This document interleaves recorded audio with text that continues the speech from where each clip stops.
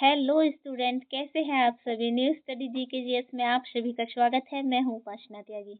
तो हम करेंगे फटाफट क्वेश्चंस, सभी एग्जाम्स में आए क्वेश्चंस जो कि very very very important questions हैं। तो हम लोग देखेंगे सबसे पहले पॉलिटी के क्वेश्चन। तो बताइए, भारतीय संविधान की प्रस्तावना में भारत को किस रूप में वर्णित किया गया है।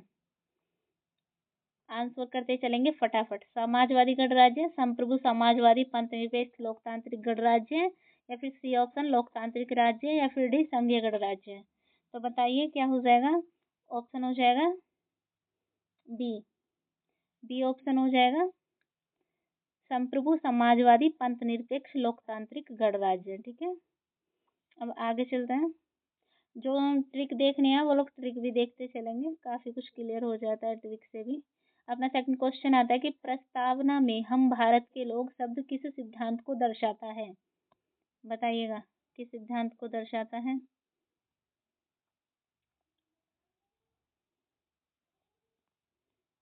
विधायी सर्वोच्चता, न्यायिक सर्वोच्चता, या फिर जन संप्रभुता, या फिर कार्यपालिका शक्ति। बताइए किसको दर्शाता है। तो ये दर्शाता है जन संप्रभुता को। इसकी ट्रिक हो जाएगी जनता के पास। भाई जन का मतलब क्या होता है, जनता से होता है। आगे चलते हैं। भारतीय संविधान की प्रस्तावना कब अपनाई गई। क्वेश्चन ठीक से पढ़ेंगे कि भारतीय संविधान की प्रस्तावना कब अपनाई गई। बताइए कब अपनाई गई। तो हो जाएगा 26 नवंबर 1949 को। लेकिन लागू कब हुआ, 26 जनवरी 1950 को। ट्रिक देखनी है, ट्रिक भी देख लीजिएगा। लिखा 1949 में, लेकिन लागू 1950 में हुआ। 42वीं संविधान संशोधन द्वारा प्रस्तावना में कौन सा शब्द जोड़ा गया। बताइए लोकतांत्रिक गणराज्य, समाजवादी, या फिर न्याय। 42वें संविधान संशोधन प्रस्तावना से एक नहीं बल्कि 3 शब्द जोड़े गए थे, जिसमें एक समाजवादी हो जाएगा। इसी के साथ ही एक जोड़ा गया था धर्मनिरपेक्ष। लेकिन इन दोनों को तो एक साथ जोड़ दिया गया था, लेकिन 42वें संशोधन के बाद में एक लास्ट में जो शब्द जोड़ा था वो था अखंडता। लेकिन वो भी 42वें संविधान संशोधन से ही जुड़ा था, इसलिए याद रखिएगा। अब आगे आते हैं, प्रस्तावना में न्याय के कितने प्रकार बताए गए हैं। बताइए न्याय के कितने प्रकार हैं प्रस्तावना में।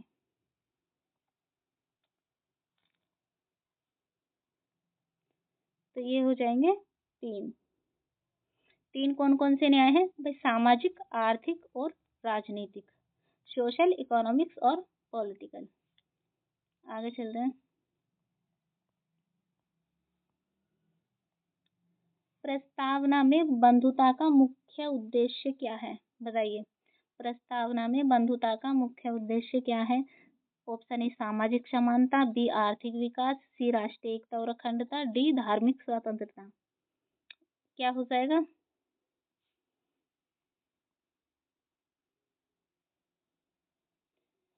तो इसका हो जाएगा राष्ट्रीय एकता और अखंडता। नेक्स्ट क्वेश्चन पर चलते हैं। भारत का शासन तंत्र किस पर आधारित है। भारत का शासन तंत्र किस पर आधारित है। बताइएगा किस पर आधारित है। तो भाई डेमोक्रेसी है, अपने इधर लोकतंत्र है। प्रस्तावना में कितने आदर्शों का उल्लेख किया गया है।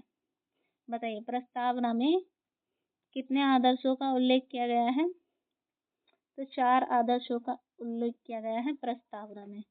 ठीक है, तो कौन कौन से वो 4 हैं। ये 4 हैं। ठीक है, ये नहीं, ये बंधुत्व में ही लग जाता है। ये 4 है। आगे चलते हैं। पंथ निरपेक्ष शब्द का सही अर्थ क्या है। रुक जा भाई। पंथ निरपेक्ष शब्द का सही अर्थ क्या है ये बताइए। ऑप्शन ए धर्म विरोधी राज्य, ऑप्शन बी केवल एक धर्म, ऑप्शन सी सभी धर्मों का सम्मान, या फिर डी धार्मिक राज्य। तो पंथ निरपेक्ष का मतलब हो जाएगा सभी धर्मों का सम्मान। No religion state. भाई राज्य का कोई धर्म नहीं है और रिलीजन रिस्पेक्ट, लेकिन सभी धर्मों का सम्मान वो करेगा। आगे चलिए। क्वेश्चन नंबर 10, भारतीय संविधान की प्रस्तावना को क्या कहा जाता है। बताइए क्या कहा जाता है। संविधान की आत्मा, संविधान की कुंजी, संविधान की भूमिका, या फिर उपरोक्त सभी।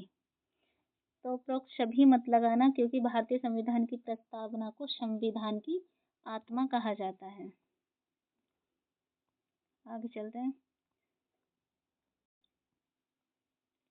अब आएंगे हिस्ट्री के क्वेश्चन। हिस्ट्री के भी 10 क्वेश्चन है जो कि महाजनपद से लिए गए हैं, तो फटाफट आंसर कीजिएगा कि 16 महाजनपदों का उल्लेख किस ग्रंथ में मिलता है।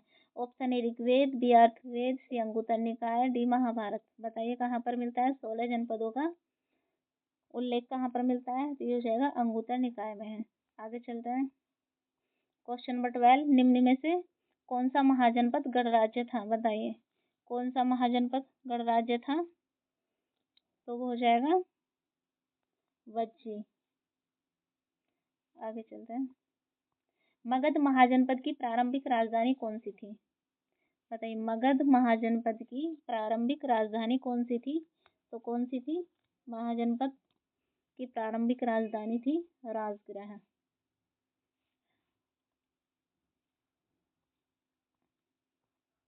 अंग महाजनपद की राजधानी क्या थी? बताइए अंग महाजनपद की राजधानी क्या थी?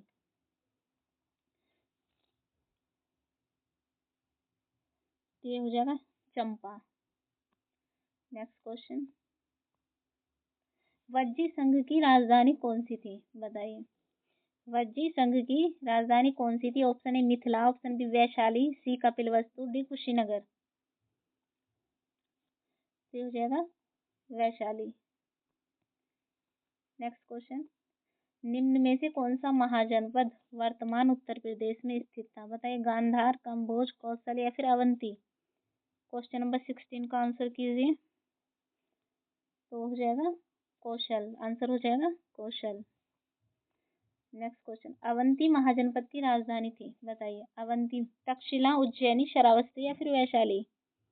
क्वेश्चन नंबर 17, तो हो जाएगा उज्जैनी। नेक्स्ट क्वेश्चन, कौन सा महाजनपद बुद्ध का जन्म स्थान माना जाता है? Option A Kosala, B Magadha, C Shakya, D Malla. बताइए 18 का आंसर बताइए। तो हो जाएगा शाक्य। आंसर क्या हो जाएगा? शाक्य।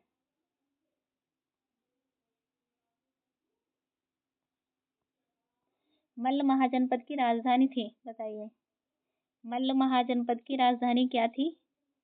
ऑप्शन ए पावा और Kushinagar, option B Vaishali, option C Champa, option D Kaushambi.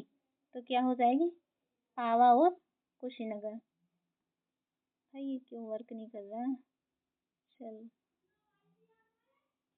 पावा और नहीं चल रहा है, एक सेकंड रुकना जरा।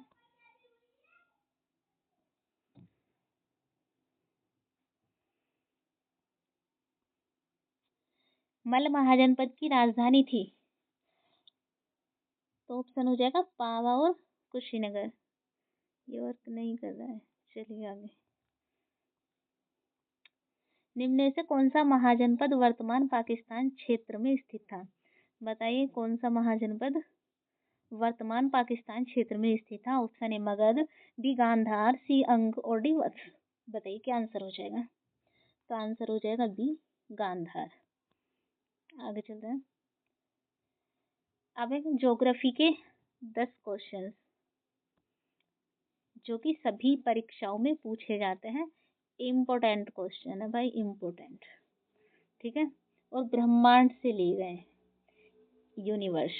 चलिएगा फर्स्ट क्वेश्चन, ब्रह्मांड की उत्पत्ति, आप देखिएगा आप पढ़िएगा, ब्रह्मांड की उत्पत्ति से संबंधित सिद्धांत कौन सा है?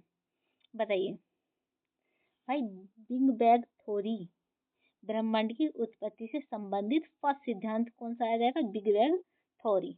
चलिए आगे, हमारा सौरमंडल किस आकाश गंगा में स्थित है? बताइए हमारा सौरमंडल कहाँ पर स्थित है? एंड्रोमेडा में, मिल्की वे या फिर ब्लैक होल या फिर ओरियन। बताइए हमारा सौरमंडल किस आकाश गंगा में स्थित है? तो कहाँ पर स्थित है? आंसर दिख भी है, दूध जैसी गंगा। तो क्या है इसकी? दूध जैसी गंगा, मिल्की वे। नेक्स्ट क्वेश्चन, ब्रह्मांड में सबसे अधिक मात्रा में पाया जाने वाला तत्व कौन सा है? बताइए सबसे अधिक मात्रा में क्या मिलता है, ऑक्सीजन, हीलियम, हाइड्रोजन या फिर नाइट्रोजन। तो क्या हो जाएगा, हाइड्रोजन सबसे अधिक मिलता है ब्रह्मांड में। आगे चलते हैं। तारे, तारे जिनको स्टार्स कहते हैं, तारे मुख्य रूप से किसके बने होते हैं। ऑप्शन ए ठोस पदार्थ, बी द्रव पदार्थ, सी गैस या फिर धूल। बताइए तारे किसके बने होते हैं। तो तारे गैस के बने होते हैं। नेक्स्ट क्वेश्चन, ब्लैक होल का गुरुत्वाकर्षण इतना अधिक क्यों होता है। ए आकार बड़ा होता है, बी द्रव्यमान कम होता है, सी घनत्व अत्यधिक होता है, डी तापमान अधिक होता है। बताइएगा ब्लैक होल का गुरुत्वाकर्षण इतना अधिक क्यों होता है। क्योंकि घनत्व अत्यधिक होता है, इसलिए गुरुत्वाकर्षण अधिक होता है। आगे चलेंगे।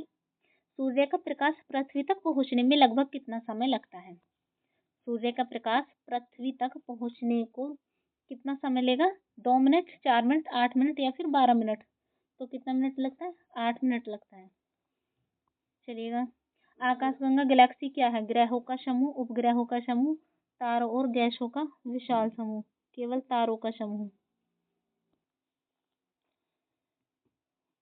बताइए कौन सा ऑप्शन हो जाएगा, ग्रहों का समूह, उपग्रहों का समूह, तारों और गैसों का विशाल समूह या फिर केवल तारों का समूह। तारों और गैसों का विशाल समूह। चलिएगा, ब्रह्मांड का अध्ययन किस विज्ञान के अंतर्गत आता है। बताइए ब्रह्मांड का अध्ययन किस विज्ञान के अंतर्गत आता है। ऑप्शन ए भूविज्ञान, बी खगोल विज्ञान, सी जीव विज्ञान या फिर डी रसायन विज्ञान। बताइए किस विज्ञान के अंतर्गत आता है ब्रह्मांड का अध्ययन। ऑप्शन हो जाएगा बी खगोल विज्ञान के अंतर्गत आता है। नेक्स्ट, निम्न में से कौन पृथ्वी का प्राकृतिक उपग्रह है। बताइए पृथ्वी का प्राकृतिक उपग्रह। A option Phobos, B Deimos, C चंद्रमा, डी टाइटन। बताइए ऑप्शन हो जाएगा सी चंद्रमा। नेक्स्ट क्वेश्चन और लास्ट क्वेश्चन, ब्रह्मांड का सबसे छोटा कण कौन सा माना जाता है। ऑप्शन ए परमाणु, बी अणु, सी क्वार्क, डी कोशिका। बताइए ब्रह्मांड का सबसे छोटा कण क्वार्क माना जाता है। एंड हमारी क्लास यहीं पर खत्म होती है। बट बिना लाइक, बिना सब्सक्राइब, जिसने चैनल सब्सक्राइब नहीं किया है वो सब्सक्राइब करेगा, और क्लास अच्छी लगी हो तो लाइक करेंगे एंड शेयर करेंगे। बिना लाइक शेयर के कोई नहीं जाएगा, ठीक है। बाकी क्लास में कोई सुधार करना है तो मुझे अपने सुझाव आप लोग कमेंट बॉक्स में दे सकते हैं। क्लास में कुछ ऐड करना है तो मुझे आप वो चीज़ें भी बता सकते हैं। तो ओके, बाय, टेक केयर।